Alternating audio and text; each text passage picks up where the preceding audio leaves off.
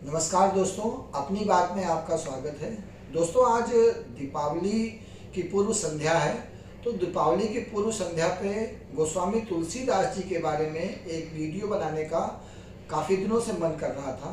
मित्रों, गोस्वामी तुलसीदास जी का जो योगदान हिंदुओं को एकत्र करने में, हिंदुओं को संगठित करने में और भारत के साहित्य को आगे बढ़ाने में, भारत के समाज को समन्वित करने में जो रोल रहा है वो अतुलनीय है।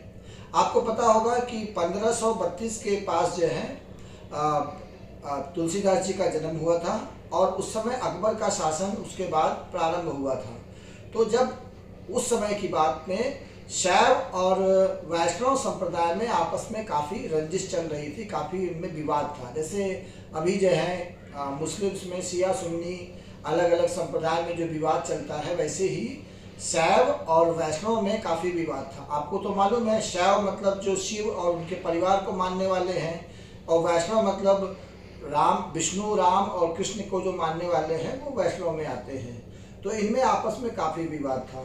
तो तुलसीदास जी ने जब रामायण के बारे में, रामायण के उसमें जब उन्होंने रामचरितमानस किताब लिखी, तो उन्होंने उसमें कोशिश ये की कि शैव और वैष्णव संप्रदाय को एक किया जाए। तुलसीदास जी ने भगवान राम को शंकर जी का आराध्य प्रस्तुत करने की कोशिश की पूरी रामचरितमानस में, और शंकर जी को राम का आराध्य प्रस्तुत करने की कोशिश की। कई सारे दोहे इसी संदर्भ में हैं।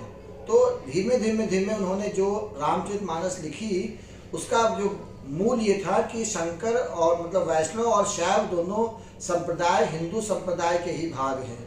अच्छा, उस टाइम पर चूँकि अकबर का शासन था, तो अकबर ने इनसे मिलने के लिए कई बार बुलावा भेजा, तो तुलसीदास जी ने मना कर दिया।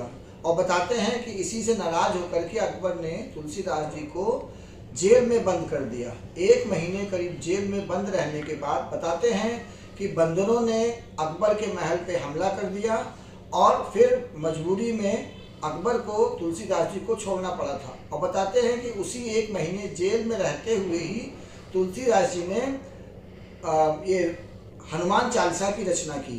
तो जो भी इनका योगदान था वो काफ़ी अतुलनीय है।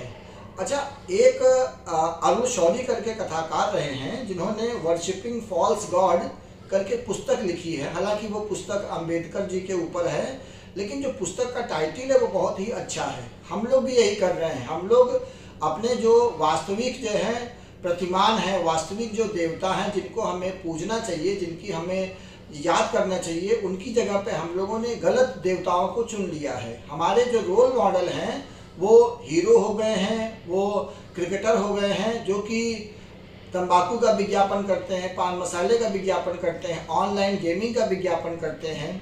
जबकि हमारे जो असली आराध्य है, असली जो देवता हैं, वो सुभाष चंद्र बोस, पटेल और तुलसीदास जी जैसे लोग हैं, और भी लोग होने चाहिए जिन्होंने वास्तव में देश की सेवा की थी। मैं आज के मौके पे आप लोगों से उम्मीद करूंगा कि आप अपने जो वास्तविक देवता हैं, वास्तविक जो पूजनीय लोग हैं, उनको आगे बढ़ाएं और उनका ख्याल रखें। धन्यवाद।